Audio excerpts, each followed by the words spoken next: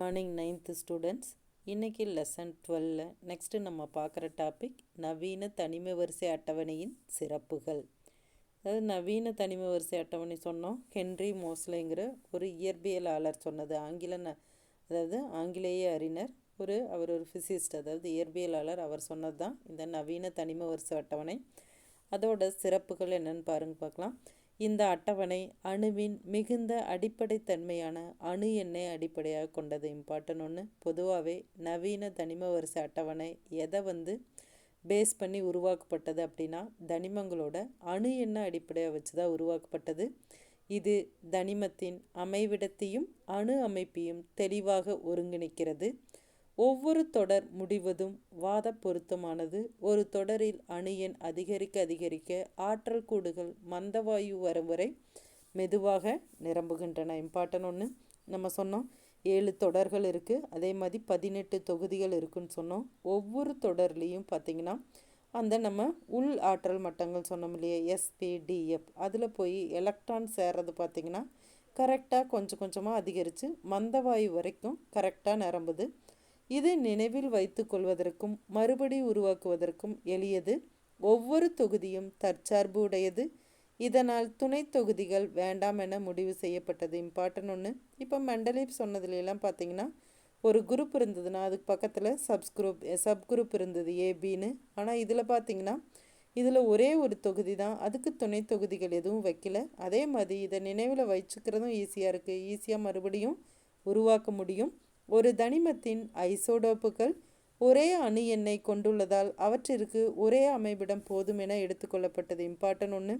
அதாவது ஐசோடோப்புக்கு பார்த்திங்கன்னா அதுக்குன்னு ஒரு தனி இடம் கொடுக்கல. ஏன் அப்படின்னா இது ஐசோடோப்புங்கிறது அணு எண் ஒன்று தான், அணு நிறை தான் மாறுபடும். அப்போ தனிமத்தோட அணு எண் ஒன்றே இருக்கிறதுனால அதுக்குன்னு ஒரு தனி இடம் கொடுக்க வேண்டியதில்லை அப்படின்னு எடுத்தாச்சு.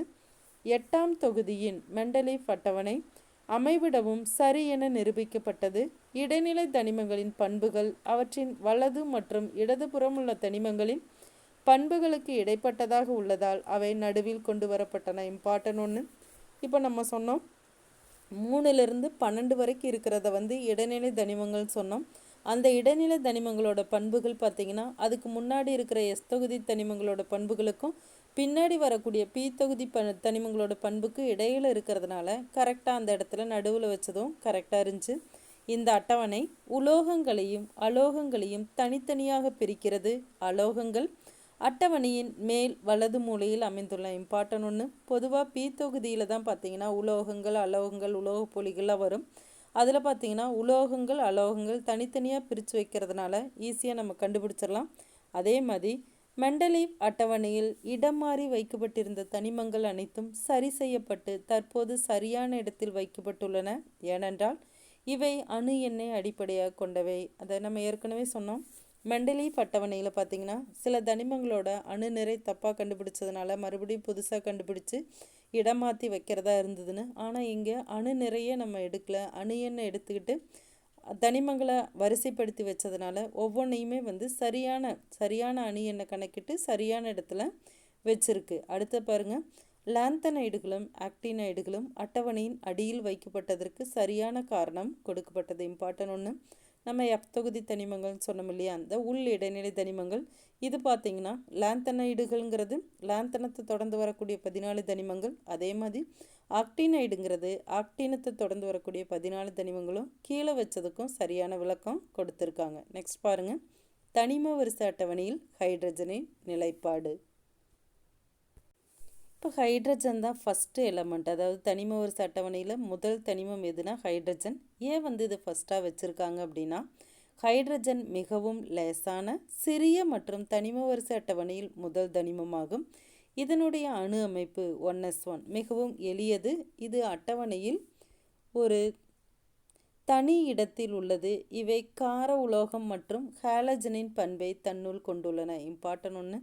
பொதுவாக ஹைட்ரஜன் அப்படிங்கிறது மிக லேசான அணு எண் 1 இருக்கக்கூடிய ஒரு தனிமம். இதுதான் தனிம வரிசை அட்டவணையில் முதலாக இருக்கக்கூடிய தனிமம். இதில் இருக்கிறது ஒரே ஒரு எலக்ட்ரான், அது கேசலில் மட்டும்தான் வரும். கேசலோட துணை கூடு தான் எஸ், அதனால தான் 1s1 எழுதியிருக்கோம். ஹைட்ரஜன் தனது ஒரே எலக்ட்ரானை இழந்து கார உலோகங்களைப் போல நேர்மின் அயனியாக H+ ஆக மாறும் தன்மை கொண்டது. இம்பார்ட்டன் ஒன்று. பொதுவாக ஹைட்ரஜனுக்கு ரெண்டோட பண்பு இருக்குது. அதாவது கார உலோகங்கள் மாதிரியே ஃபஸ்ட்டு தொகுதி இருக்கு இல்லையா, அது மாதிரியும் செயல்படும். அதே மாதிரி ஹேலஜன் இருக்கு இல்லையா, 17th குரூப், அது மாதிரியோட பண்பும் இருக்கும். எப்படி உலோக மாதிரி இருக்குது அப்படின்னா, ஹைட்ரஜன் கிட்ட இருக்கிறதே ஒரே ஒரு எலக்ட்ரான். அந்த ஒரு எலக்ட்ரானையும் கொடுத்துட்டு பார்த்திங்கன்னா H+ அயனியாக மாறக்கூடியது. இது ஹேலஜன்கள் உப்பீனிகள் போல ஒரு எலக்ட்ரானை பெற்று ஹைட்ரைடுகளாக மாறும் தன்மை கொண்டுள்ளது. அதே மாதிரி H+ மாறும்போது ஒரு எலக்ட்ரானை கொடுத்துரும். அப்போ அதோட பண்பு எப்படி இருக்குன்னா உலோகங்கள் மாதிரி இருக்கும். இதே ஒரு எலக்ட்ரானை வாங்கிக்கிச்சுன்னா, உப்பீனிகள் மாதிரி ஒரு எலக்ட்ரானை வாங்கிக்கிச்சுன்னா அங்கே வரக்கூடியது ஹைட்ரைடு. அங்கே வரக்கூடிய அயனி எப்படி இருக்கும்? H- இருக்கும். கார உலோகங்கள் திண்மங்கள், அதே வேளையில் ஹைட்ரஜன் ஒரு வாயு. இம்பார்ட்டன் ஒன்று. இப்போ கார உலோகங்கள் வரிசையில் வச்சுருந்தாலும் கார உலோகங்கள் எல்லாமே திண்மங்களாக இருக்கும். ஹைட்ரஜன் மட்டும்தான் ஒரு வாயுவாக இருக்குது. எனவே தனிம வரிசை அட்டவணையில் ஹைட்ரஜனின் நிலைப்பாடு இன்னும் சர்ச்சைக்குரியது. ஏனென்றால் ஹைட்ரஜனின் பண்புகள் தனித்தன்மை கொண்டவையாகும். அதனால தான் ஹைட்ரஜனை முதலாக வச்சாச்சு. இன்னும் அது ஹைட்ரஜனை எங்கே வைக்கிறதுங்கிறது ஒரு சர்ச்சைக்குரியதாக தான் இருக்குது. அதனால தான் ஹைட்ரஜனோட பண்புகள் தனித்தன்மை கொண்டவையாக இருக்கிறதுனால ஃபஸ்ட்டு வச்சுருக்கு. அடுத்த பாருங்கள். நெக்ஸ்ட் பாருங்கள், ஒரு அட்டவணை இருக்குது. துணை கூடுகளின் எலக்ட்ரான்களின் எண்ணிக்கை. இப்போ ஒவ்வொரு கூடுமே மெயின் கூடு இருக்குன்னு சொன்னோம், KLMN. அதில் ஒரு சப்செல்ஸ் இருக்குன்னு சொன்னோம், SPDF. அதில் எப்படி எலக்ட்ரான் நிரம்புதுன்னு பாருங்கள். ஃபஸ்ட்டு கூடுகளின் எண். ஃபஸ்ட்டு செல் K செல், அடுத்தது செகண்ட் செல் L செல், தேர்டு செல் M செல், ஃபோர்த்து செல் N செல். இது நமக்கு தெரியும். துணைக்கூடு பாருங்கள், K செல்லில் இருக்கிறது S மட்டும் 1s. அடுத்தது L செல்லில் பாருங்கள் 2s 2p. அடுத்தது M செல்லில் பாருங்கள் அப்படியே தேர்டுங்கிறதுனால 3 வந்துடும், 3s 3p 3d.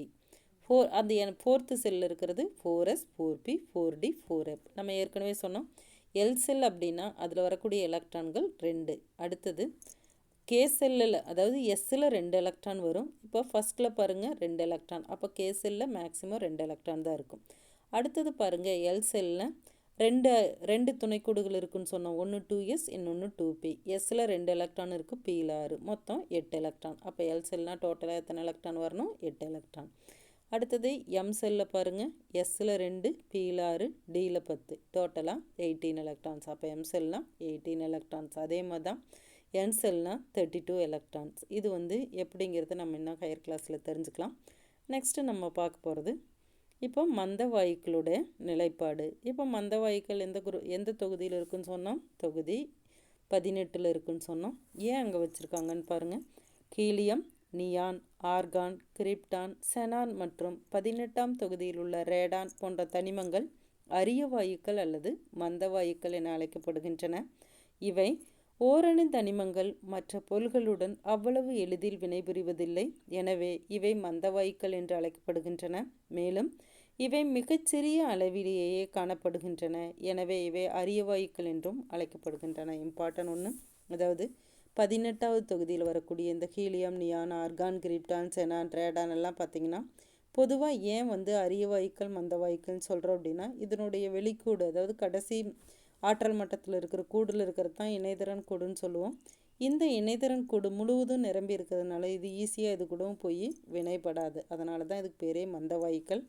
அதே மாதிரி இது இருக்கிறதே பார்த்திங்கன்னா பூமியில் மிகச்சிறிய அளவில் இருக்கிறதுனால இதுக்கு பேர் அரிய வாயுக்கள். நெக்ஸ்ட் டாபிக் நெக்ஸ்ட் கிளாஸில் பார்க்கலாம். இப்போ ஹோம்ஒர்க் என்னென்னு மார்க் பண்ணிக்கிங்க பார்க்கலாம்.